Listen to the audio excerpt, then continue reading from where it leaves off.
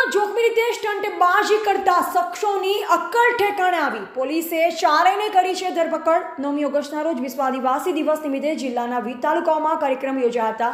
ખેરગામ તાલુકામાં પણ ઉજવણી કરવામાં આવી હતી, પરંતુ તે દિવસે અગાસી ગામ પાસે કેટલાક યુવાનો બાઇક પર જોખમી સ્ટંટ કરી રહ્યા હતા, જેમને રોકવા જતાં ટોળામાં રહેલા 4 યુવાનોએ પોલીસ સાથે ગાળાગાળી કરી મારામારી કરવા સાથે ફરજમાં રૂકાવટ કરતા ગઈકાલ સાંજે 4ની ધરપકડ કરી કાયદેસરની કાર્યવાહી કરવામાં આવી છે.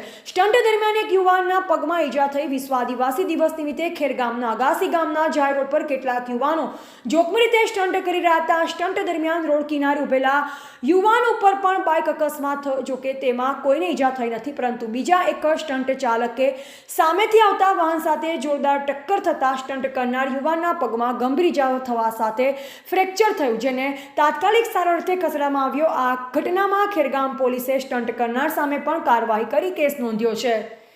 TV18 ન્યૂઝ નેટવર્ક સાથે રિપોર્ટર રસીદ બાણા, નવસારી.